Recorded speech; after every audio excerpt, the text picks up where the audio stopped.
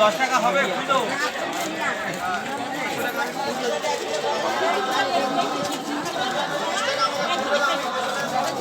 ঠাকুরের প্রসাদ প্রসাদ বিক্রি হচ্ছে, প্রসাদ সব কিনে চলে যাবে অন্নমণি পুজো দেওয়ার জন্য। 100 টাকা দিয়েছি তোমার পরে 800। হ্যাঁ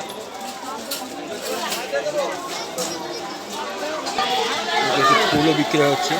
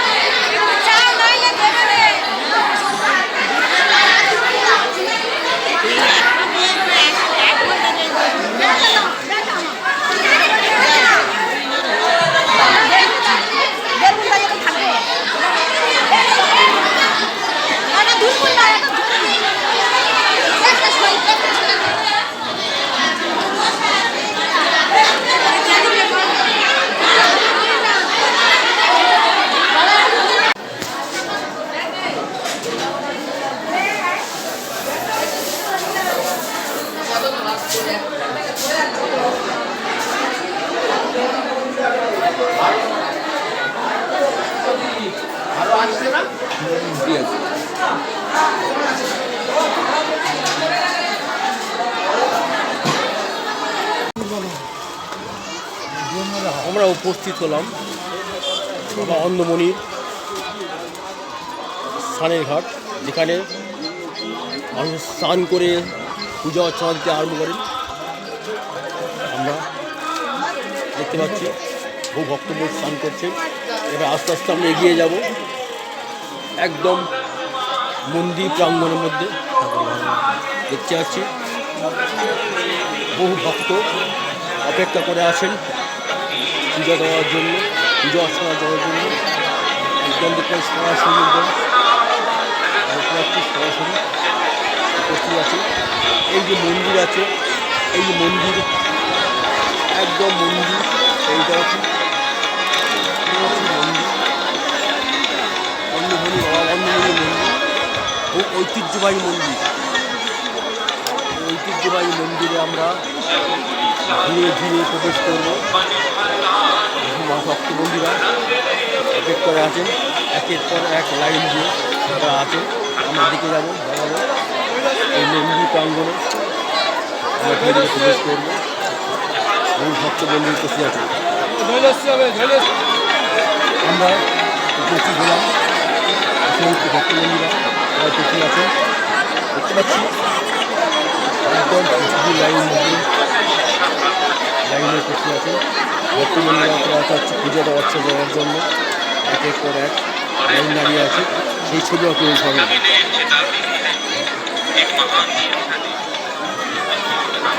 একদম খারাপ লাইন ভক্তবন্ধু দাঁড়িয়ে আছে, পূজা অর্চনা হচ্ছে। আমরা প্রবেশ করবো আর কিছুক্ষণ পর এই মন্দির প্রাঙ্গণে।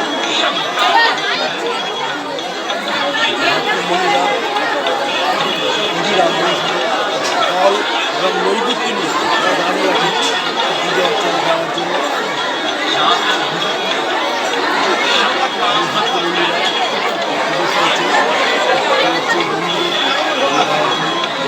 আজ শুভ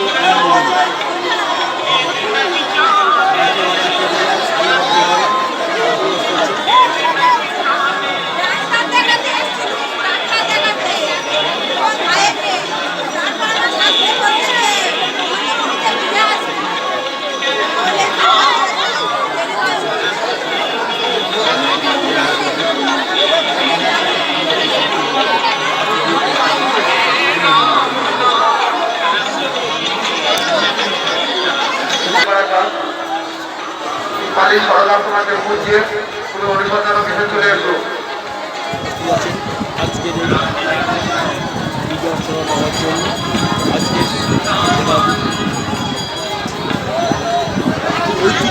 প্রতিমা সরদা দক্ষিণ কলেজ থেকে এসেছো। তোমার লোক অনুসন্ধান অফিসে দাঁড়িয়ে আছে, তুমি অনুসন্ধান অফিসে চলে এসো। প্রতিমা সরদা দক্ষিণ কলেজ থেকে এসেছো। প্রতিমা সরদা তোমার লোক অনুসন্ধান অফিসে দাঁড়িয়ে আছে, তুমি এসে চলে এসো।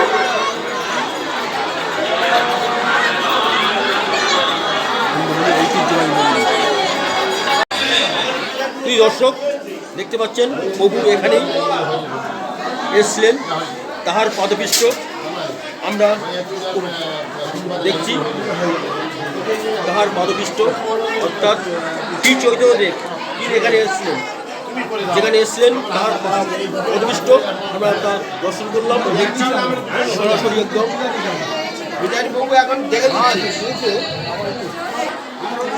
এ স্থানের নাম ছত্রভোগ।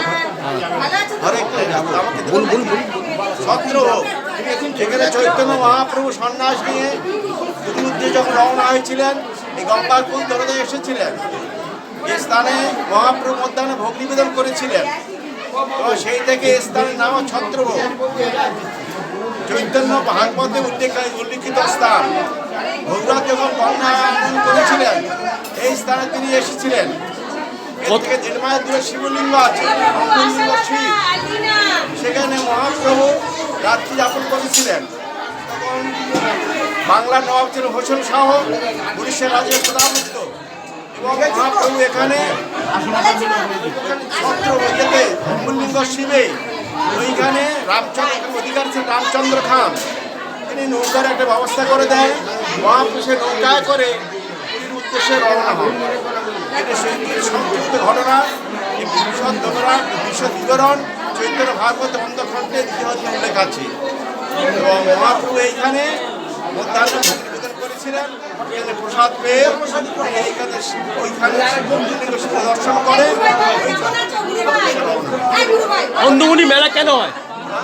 অন্ধমুনি মেলা কেন হয়? এটা হচ্ছে তিনি অদ্বৈত গুরুর বংশধর, তিনি তার উচ্চ অন্ধ ছিলেন এবং তিনি দর্শন করতে পারতেন। এবং এখানে সাধের ভোজন করেছিলেন।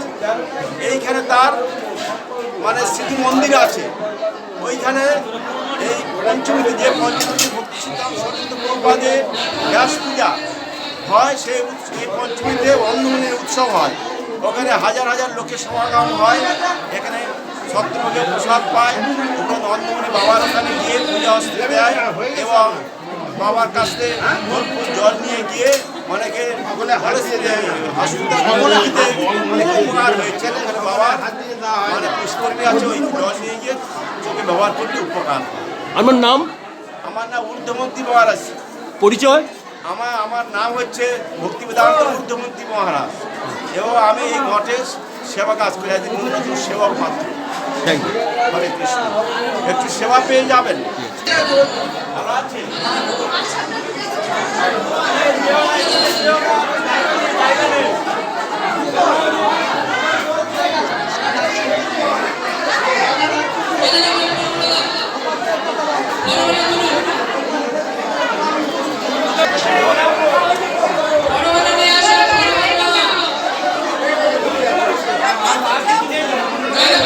মানুষ আজকে এই পরমান্ন গ্রহণ করছেন, দেখতে পাচ্ছেন মানুষ আজকে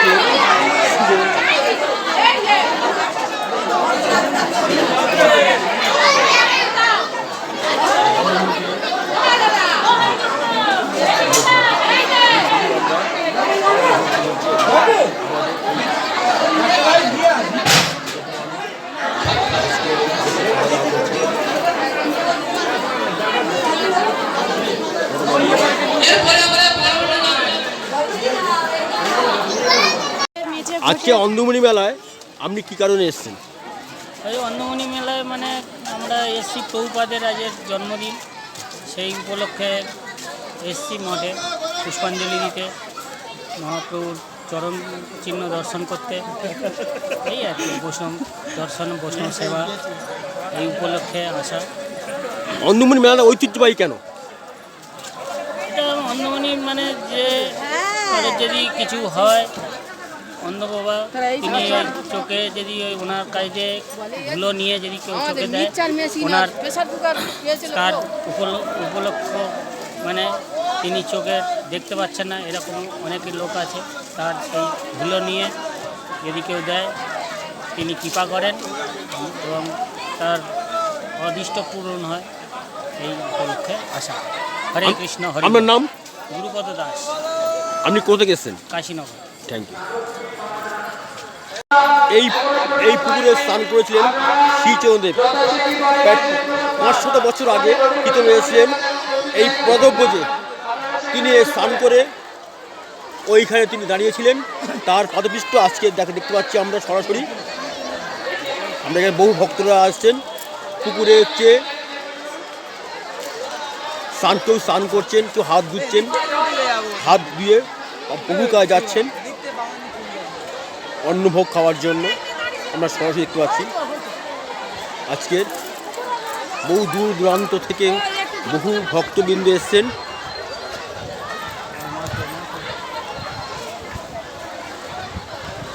অগণিত ভক্তবৃন্দ এসছেন এই পাদপৃষ্ঠে, অর্থাৎ শ্রীচরণদেবের আশ্রমে, যেখানে প্রভু স্নান করেছিলেন। স্নানের জায়গায় আমরা উপস্থিত হয়েছি।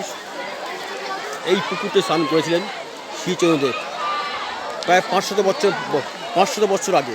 তিনি এসেছিলেন এখানে স্নান করে, তিনি এর পাদপৃষ্ঠ হয়ে পদব্রজে চলে গেছিলেন। আবার পুরী ধামে বহু ভক্তবৃন্দ এসে উপস্থিত আছেন, দেখতে পাচ্ছি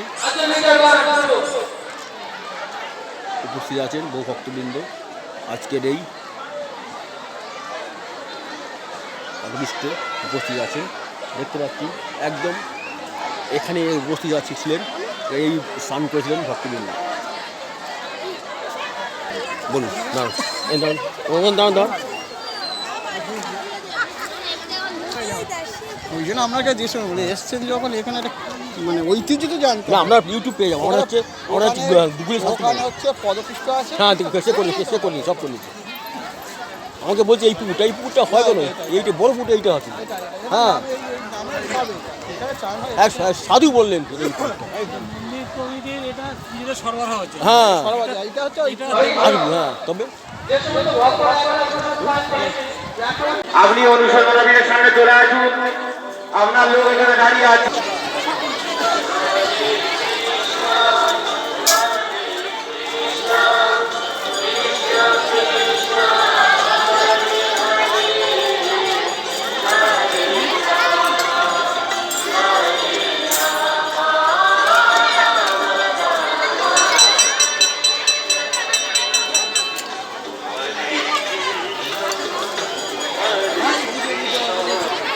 আজকে মেলায় বেচাকেনা কেমন হচ্ছে?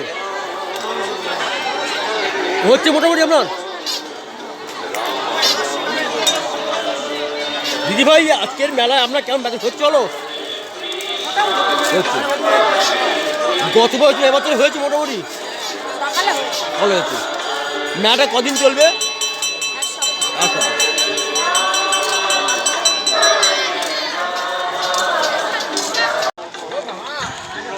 সকলে খাচ্ছে।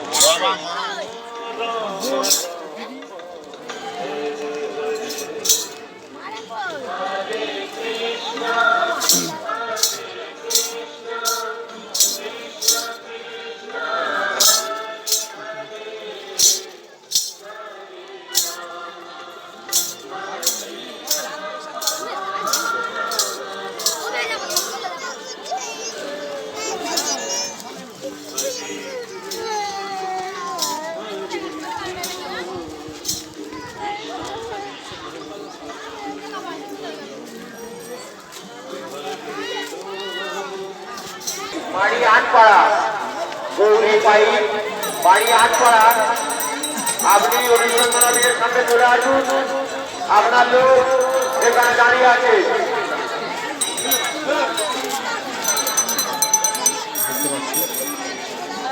প্রসাদের জন্য মানুষরা প্রসাদ নিচ্ছেন অন্ধমণি দেবীকে পূজা দেওয়ার জন্য সেই ছবি আমরা শুরু করছি। দেখতে পাচ্ছি যোগার বিক্রয় হচ্ছে ঠাকুরের প্রসাদ। এখানে না ভক্তবৃন্দরা কিনে নিয়ে গিয়ে তারা হচ্ছে পূজা অর্চনাতে পূজা দেবেন, সেই ছবি আমরা তুলে নিয়েছি আজকে।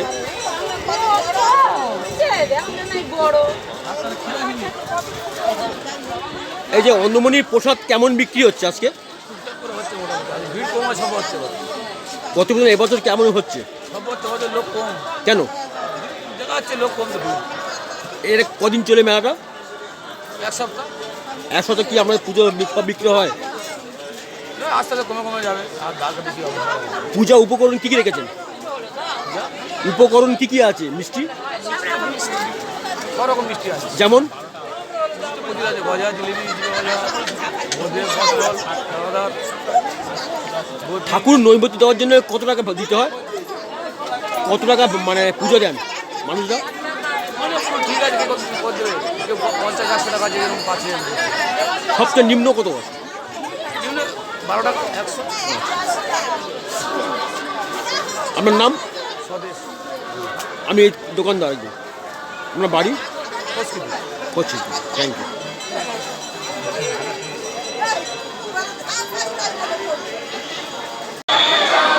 অন্ধমণি মেলাটা কেন হয়? হওয়ার কারণটা কি? অন্ধমণির মেলাটা হচ্ছে বাবার এই যে বাবা অন্ধমণি যে সিন্ধুমণি অন্ধমণি এর যে অন্ধ হয়ে গেছিল বাবা দশরথের ছেলে দশরথ বান মেরেছিলেন, সেই উপলক্ষে ওনার চোখ চলে গিয়েছিল। তা ওনার চোখ চলে যাওয়ার পরে বাবা বলেছিল কি, আমার যারা চোখ নিয়েছে সেই চোখের জন্য ওকে কষ্ট পেতে হবে, আর আমাকে চোখ দিয়েছে, আমার এই চোখের ব্যথাটা বুঝি, সেই আকর্ষণে আমার কাছে যত অন্ধ, একশিরা, পায়ে কুষ্ঠ সবাই আসে বাবার এই জন্মতিথি উপলক্ষে মেলাতে। সেই উপলক্ষে সব সারে তাই বাবার কাছে চলে আসে। এই বাবার অনুদান কোথায় কোথায় কোনো ঠিক ঠিকানা নেই। আমাদের মেলার কোনো পরিচালিত আলাদা লোকজন নেই, সব লোক জানে বাবার মেলা সরস্বতীর 15 দিন, সরস্বতী পূজার 15 দিন পরে হয়। সেই উপলক্ষে বাবার জন্মতিথি মেলা ধরে এই আজের মেলা। এটা কত বছর পুরনো মেলা? এই মেলা না বিগত আমরা তো বলতে পারবো না, আমরা 8-10 দিন শুনেই আসছি। এই বাবার কোনো সৃষ্টি কেউ বলতে পারবে না। আমার নাম? আমার নাম সুশান্ত বৈরাগী, এই অন্ধমণির পূজারী। বাড়ি মনোজ ঘোষ।